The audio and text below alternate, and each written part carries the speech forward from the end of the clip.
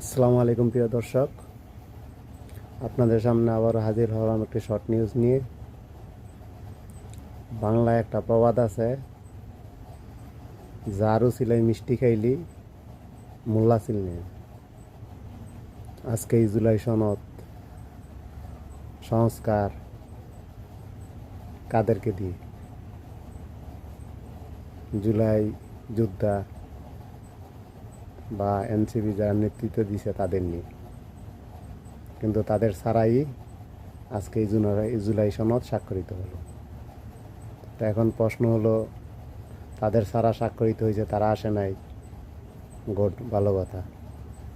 কিন্তু জুলাই যোদ্ধারা, আহত যারা হাসপাতালে পড়ে আছে বা যারা সংসদ ভবনে আসছে, তাদের উপর সাউন্ড গ্রেনেড মারা এবং পুলিশ আর্মি দিয়ে অত্যাচার করে রক্তাক্ত করে তাদের রক্তের উপর দাঁড়িয়ে এরকম একটা অনুষ্ঠান, এটা বাংলাদেশের জনগণের কাম্য ছিল না। এটা সত্যিই দুঃখজনক এবং বেদনাদায়ক। ধন্যবাদ।